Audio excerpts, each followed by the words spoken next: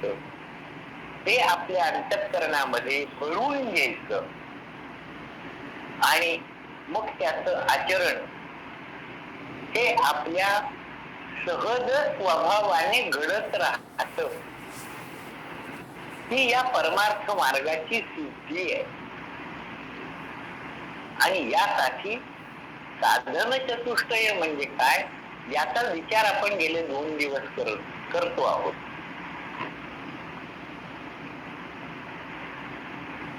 विवेक, वैराग्य, समाधी, षट आणि मुमुक्षुत्व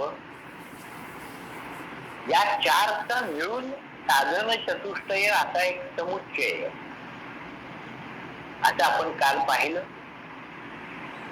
याचा समन्वय नाही, समुच्चयच आहे. एका पाठोपाठ एक समुच्चय आणि समन्वय याचा थोडासा विचार.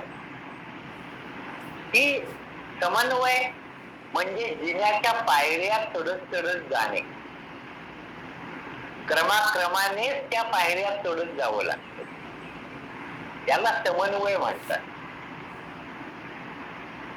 मला 50-60व्या पायरीवरती जायचंय, मग मी एकदम 10व्या पायरीवर गेलो, मग एकदम 20व्या पायरीवर गेलो, मग 25व्या, असं होत नाही. 1, 2, 3, 4 असं करत करतच वर 50, 60, 100 ज्या काय पायऱ्या आपल्याला चढणं आवश्यक आहे त्या चढण्यासाठी याच पद्धतीनं आपल्याला जावं लागतं. हा आपल्यासाठीचा मार्ग आहे. आणि दुसरा मार्ग एक विहंगम मार्ग म्हणून म्हणतात, की पक्षी आहे एखादा, तो चटकन उडत उडत त्या वरच्या टोकावरती जाऊन बसतो. आपण पक्षी नाही किंवा आपल्या अंगी ती पात्रता नाही अशी पात्रता असणारे विहंगम मार्गाने जाणारे जे आहेत, आपण त्यांचे चरित्र अभ्यासतो. कसं काय शंकराचार्यांना 8व्या वर्षी इतकं कडकडीत वैराग्य प्राप्त झालं असेल आणि 32व्या वर्षी देह ठेवताना त्यांनी कोट्यावधी ग्रंथांची जी काही मांडणी केली आणि त्यांचा समन्वय आपल्याला करून दिला, काय विलक्षण कार्य आहे. ते 32व्या वर्षी त्यांना कसं साध्य झालं. ज्ञानेश्वर माऊलींनी 21व्या वर्षी ज्ञानेश्वरी कशी सांगितली, आम्हाला 70-75व्या वर्षी सुद्धा जी कळत नाही ती त्यांनी त्या वयात कशी सांगितली, कधी त्यांनी अभ्यास केला, किती ग्रंथांचा अभ्यास केला. तर ते अभ्यास करत आपला अधिकार सिद्ध करत अनेक जन्म संसिद्ध ततो याची परांगती, अनेक जन्माची तपश्चर्या त्याच्या माग उभी आहे, तेव्हा ते विहंगम मार्गाने जाऊ शकतात. आपल्याला जे अशक्य वाटतं, असाध्य वाटतं, ते त्यांना सहज साध्य असतं. ही सहजता ही अभ्यासाने येते आणि त्यासाठी या नियमांच्या चौकटीत राहून अभ्यास करावा लागतो. त्याला अनुबंध चतुष्टय असं म्हणतात. सॉरी, साधन चतुष्टय असं म्हणतात. आणि अनुबंध चतुष्टयामध्ये अधिकार, विषय, संबंध आणि फलक किंवा प्रयोजन यातला अधिकार हा जो पहिला मुद्दा आहे, तो अधिकार सिद्ध होण्यासाठी या साधन चतुष्टय हा एकमेव मार्ग सांगितलेला आहे आणि त्याचा विचार आपण गेले 2 दिवस करतो आहोत. आपण समाधी षट याचा विचार आणि त्या आधीच्या विवेक, वैराग्य यांचा विचार आणि यांचा समुच्चय कसा आहे, त्याचा एकमेकात संबंध कसा आहे. समन्वय म्हणजे पायरी पायरीनं चढत जाणं आणि समुच्चय म्हणजे एकत्रित एकदम एकाच वेळेला एक समयावच्छेद करून ते आपल्या ठिकाणी अभ्यास करणं म्हणा किंवा ते आपल्या अंगी बाणवण्यासाठी याचा एकत्रितच विचार करणं, याला समुच्चय म्हणतात. आणि तो समुच्चय या साधन चतुष्टयाचा आहे.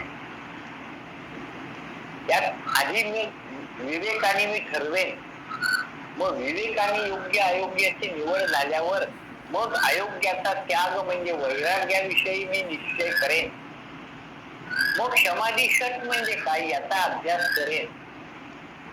आणि असं करताना मग मुमुक्षुत्व हा विचार माझ्या मनामध्ये येईल. असा क्रम नाहीये. म्हणून साधन चतुष्टयाचा विचार करताना यातले मुद्दे अभ्यासक आपल्या सोयीनं मागं पुढं करून घेतात. आपण काल समाधी षट पर्यंत विचार करून आलोय आणि मुमुक्षुत्व हा विचार आपल्याला करायचा. विवेक कशासाठी करायचे, वैराग्य कशासाठी, तर मला तो मोक्ष मार्गाचा अधिकार प्राप्त व्हावा. मुमुक्षुत्व हे माझ्या ठिकाणी सिद्ध व्हावं म्हणून विवेक वैराग्य. म्हणजे आधी मोक्षाची इच्छा किंवा एकूण आपल्या जीवनामध्ये जी बंधनं आहेत या बंधनाची जाणीव आधी पाहिजे. तेव्हाच मनुष्य मग त्या बंधनातून सुटण्याचा विचार करेल, विवेक करेल. मग बंधनातून सुटण्यासाठी ज्या काही गोष्टींचा त्याग करावा लागेल ते वैराग्य त्याच्या अंगी येईल.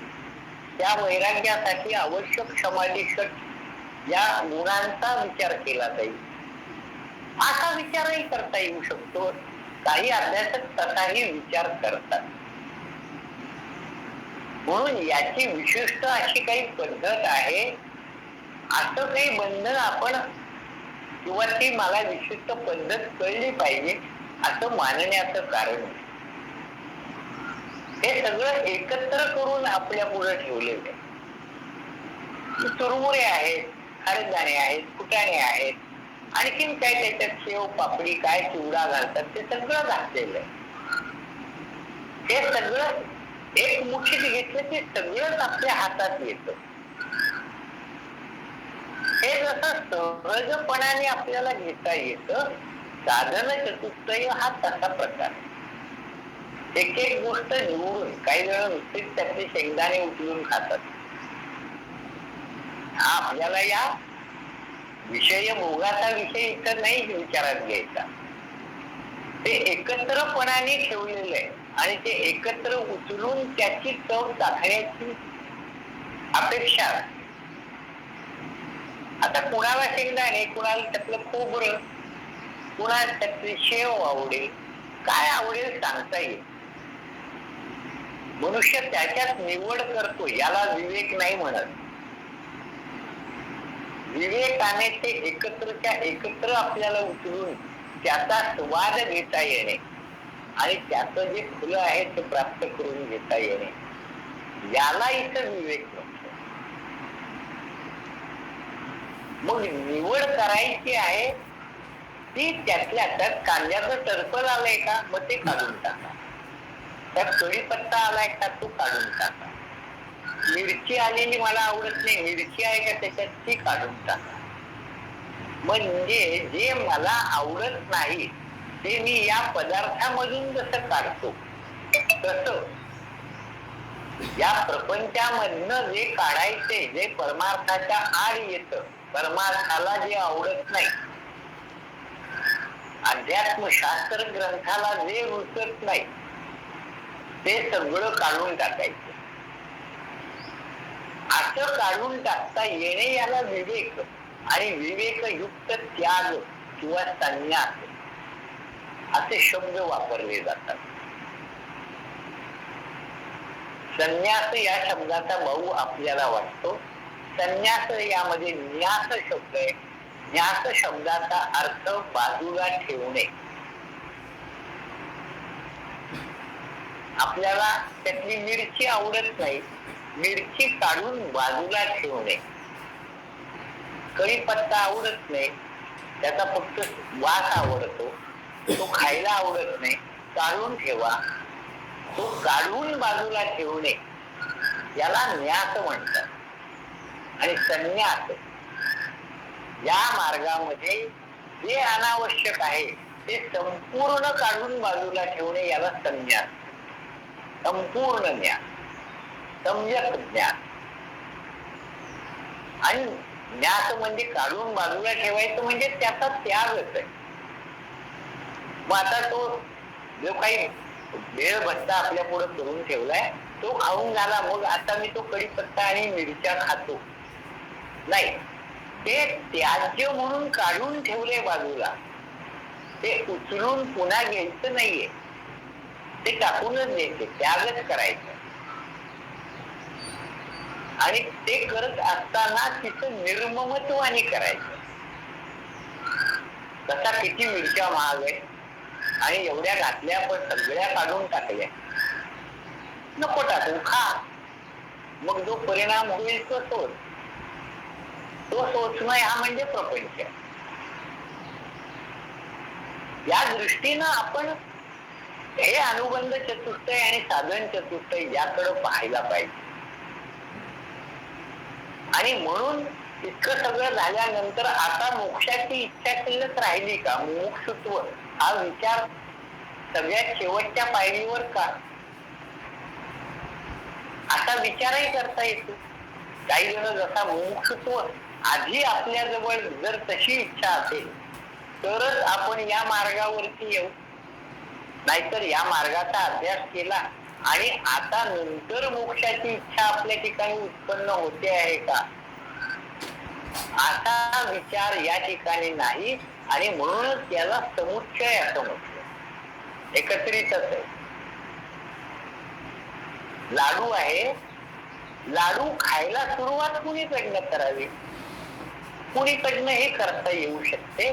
तसा साधन चतुष्टयाचा विचार करताना आपल्या आपल्या बुद्धीच्या कुवतीप्रमाणे, परंतु त्या चतुष्टय म्हणजे त्या बंधनामध्ये राहून त्या सर्वाचाच विचार आपल्याला करायचा आहे. आणि ते सर्व त्यातलं जे ग्राह्य आहे ते घ्यायचंय आणि जे त्याज्य म्हणून सांगितलंय त्याचा त्याग करण्याचा अभ्यास करायचा आहे. हा सारासार विवेक आपल्या अंगी यावा. निरक्षर विवेक ज्याला म्हणतात तो राजहंसाकडे असतो. दूध आणि पाणी एकत्र करून दिलं तर त्यातलं तो फक्त दूध काढून घेतो. त्याज्य पाणी आहे, ग्राह्य दूध आहे, एकत्र मिसळून ठेवलंय आणि तहान लागली म्हणून राजहंसाने नुसतं पाणीच पिऊन घेतलं आणि भूक लागली तेव्हा नंतर दूध पिऊ, आता राजहंसाच्या ठिकाणी विचार नाहीये. त्याच्या ठिकाणी जो विवेक आहे तो त्यातली ग्राह्य वस्तूच फक्त घेण्याचा आहे. त्यातलं दूधच घ्यायचंय. त्यानं त्या एकाच पदार्थानं त्याची तृष्णा आणि क्षुधा या दोन्हीतही शमन होणार आहे.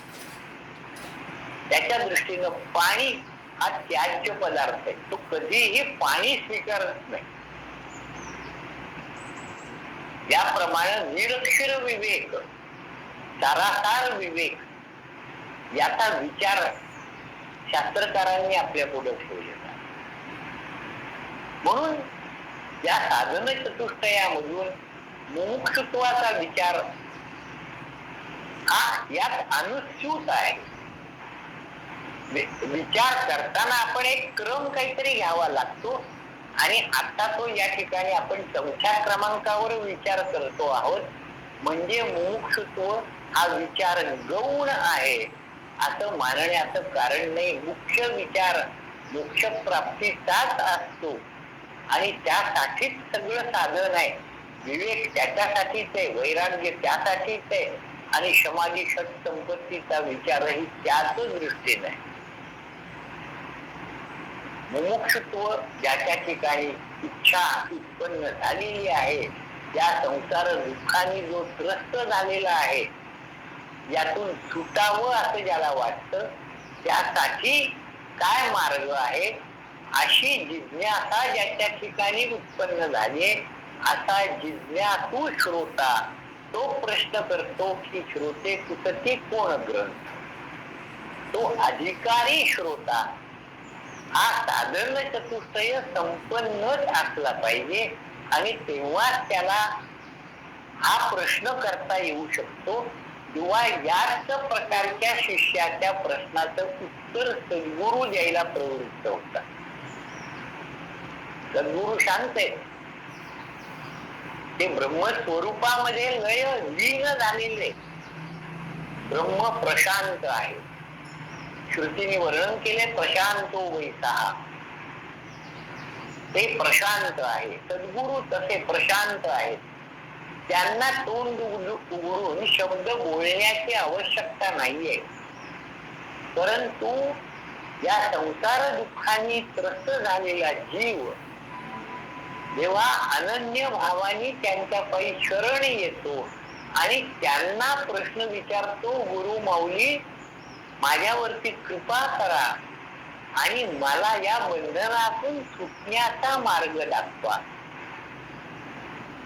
तेव्हा सद्गुरु कृपावंत होऊन आपलं मौन सोडतात आणि मग ते अशा मुमुक्षु, ज्याच्या ठिकाणी तीव्र मुमुक्षुत्व प्राप्त झालेलं आहे, त्याने अभ्यासाने सिद्ध केलेलं आहे, ते सद्गुरूंना ते जरी डोळे मिटून बसलेले असले, मौन स्थितीमध्ये असले तरी त्यांना कळतं. आणि अशा शिष्यासाठी ते आपलं मौन बाजूला ठेवतात आणि वैखरी वाणीनं ते उपदेश करू लागतात. तो बोध आपल्या शिष्याला द्यायला ते प्रवृत्त होतात. तो शिष्य कसा असतो, तो दास भावाने येतो, वात्सल्य भावाने येतो, मधुरा भावाने येतो. वेगवेगळे भाव आहेत. यातला दास्य भाव याला मुख्यत्व देऊन समर्थांनी या ग्रंथाचा एक चौकट अनुबंध तयार केलेला आहे आणि त्याच अनुबंधाचा विचार आपण करतो आहोत. त्यातला हा साधन चतुष्टयाचा विचार आपण जवळपास पूर्ण करत आलेलो आहोत. मुमुक्षुत्व हे तीव्र मुमुक्षुत्व असलं पाहिजे, मोक्षाची इच्छा. मग त्यासाठी काय आवश्यक आहे, तर मोक्ष म्हणजे काहीतरी बंधन आहे आणि त्या बंधनातून सुटण्याची इच्छा म्हणजे मोक्ष. ते मोक्षाचं स्वरूप आहे. मग त्यासाठी आधी बंधन कशाचं आहे, कोणत्या प्रकारचं बंधन आहे हे कळलं पाहिजे. मला एका खोलीमध्ये कोंडून ठेवलंय, तुम्ही बाहेर दिसलात, मला मी म्हणतो दादा जरा बाहेरची कडी काढावं, मला बाहेर यायचं. तुम्हाला लक्षात येतं की माझ्या बंधनाचं स्वरूप काय आहे, की मी घरात झोपलेलो असेल आणि घरात जे कोण दुसरी व्यक्ती असेल त्यांना बाहेर जायचं असेल तर त्यांनी बाहेरून कडी लावली, मी झोपलेलो आहे, अवचित कुणी घरात येऊ नये म्हणून एक थोडा प्रतिबंध म्हणून ते दार बाहेरून कडी लावली. बंधनाचं स्वरूप कळलं, त्यांनी कडी काढली, मला मोकळं केलं, मी मुक्त झालो. पण मी गाढ झोपलोय अगदी आणि बाहेर गेलेली घरातली व्यक्ती न कळत कुणी येईल, मला कळणार पण नाही झोपेमध्ये, म्हणून दाराला कडी लावून कुलूप लावून गेलेली जर असेल तर समोरचा मनुष्य म्हणतो इथं कुलूप लावलंय, हो किल्ली कुणाकडे आहे, ती किल्ली मिळाली तर मी आपल्याला बाहेर काढू शकेल. म्हणजे मला मुक्त करणारा ज्याच्याकडे किल्ली आहे, आता तोच मला या बंधनातून सोडवू शकेल. माझ्या बंधनाचं स्वरूप आणि मोक्षाचा मार्ग किल्ली ज्याच्याकडे आहे तोच मला सोडवू शकेल. माझ्या बंधनाचं स्वरूप माझ्या खोलीला बाहेरून कुलूप लावलंय ते आहे, म्हणून मोक्षाचा विचार त्या